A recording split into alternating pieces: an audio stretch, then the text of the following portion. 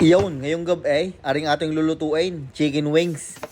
At bago natin lutuin yan, atin munang lalabhan. Huhugasan lang pala. Pagkatapos natin yung hugasan, atin namang tutuyuin gamit aring paper towel. Para kapit na kapit ng ating mga pampalasa.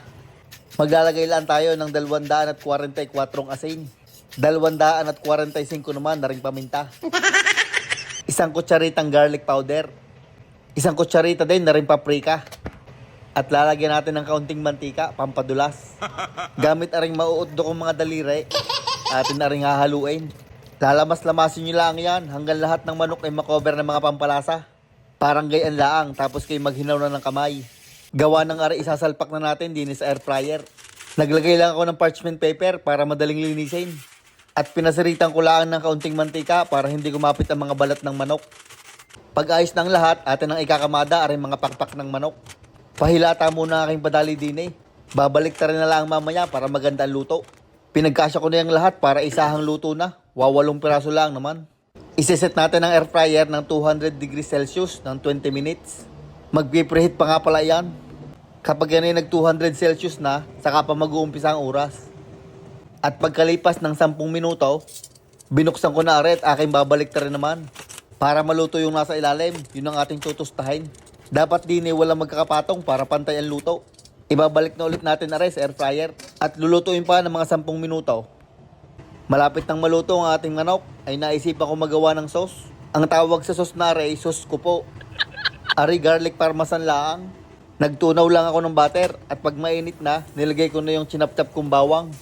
Hahalu-haluin nyo lang yan para hindi agad masunog ang bawang. Lutuin nyo lang ng mga 1.5 minuto hanggang 2. O hanggang medyo nagbabrown na ang bawang, parang gayaan. Sakto naman at tapos na rin mga pakpak ng manok. Buksan nyo na agad para mahanginan. Kung gusto nyo pa yung tostahin ay kayo nung bahala. Kukuha lang ako ng 4 na manok at ilalagay ko din sa mangkok. Gawa ng aring ilalagay natin ng garlic parmesan. At habang mainit pa, ilalagay na natin yung bawang na niluto sa butter. Itos-tos nyo lang ang papagayaan para mahalaw. Sabay buburburan natin na rin ng parmesan cheese. Itos-tos nyo na rin habang binuburburan para lahat ay meron. Dadamihan ko na at masarap pag maraming parmesan cheese. Alug-alugin nyo lang yan at pag na-cover na lahat ay ayos na yan. Atin na rin ipi-plating para medyo sosyal. Uunahin ko na rin mga plain chicken wings. Kay Mrs. Aret ayaw daw niya ng garlic parmesan. Nilagyan ko lang yun ng asin at paminta. Nilagay ko na rin yung aking garlic parmesan at binubuo ko na rin yung mga natirang garlic. Gagarnishan lang natin ng walang kamatayang green onions. At iyan ho ang ating mga chicken wings. At the right corner, garlic parmesan wings. And at the left corner, just plain wings. Saktong-sakto tig-4 kami ni Mrs. Mas sasarap ang hapunan gawa ng ipapares din sa Filipino style spaghetti. Ay hindi ho akin lahat yan, hahatian ko dyan si Mrs. Ari yung natira naming spaghetti nung isang araw. Na tinago ko sa kalikod-likuran ng frigidaire.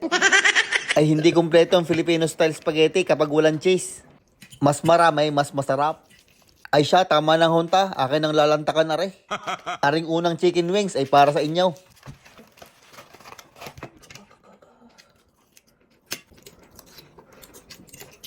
Ay anong sarap na garlic parmesan chicken wings plus spaghetti. Tapos ang spaghetti pa ay sahog na may konting pasta.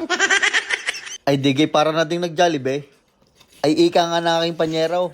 Ang Jollibee daw sa amin sa Batangas ay 3 Ay Jollibee Last ko na ho yan. Iyon, hanggang din nila lang ho ang bidyong aray. Ay kung kayo ho'y napapaibig, ay kayo gumawa. Sundan nyo lang ang bidyong aray. Shoutout nga pala kay Kim La ng Tabaco City, Albay.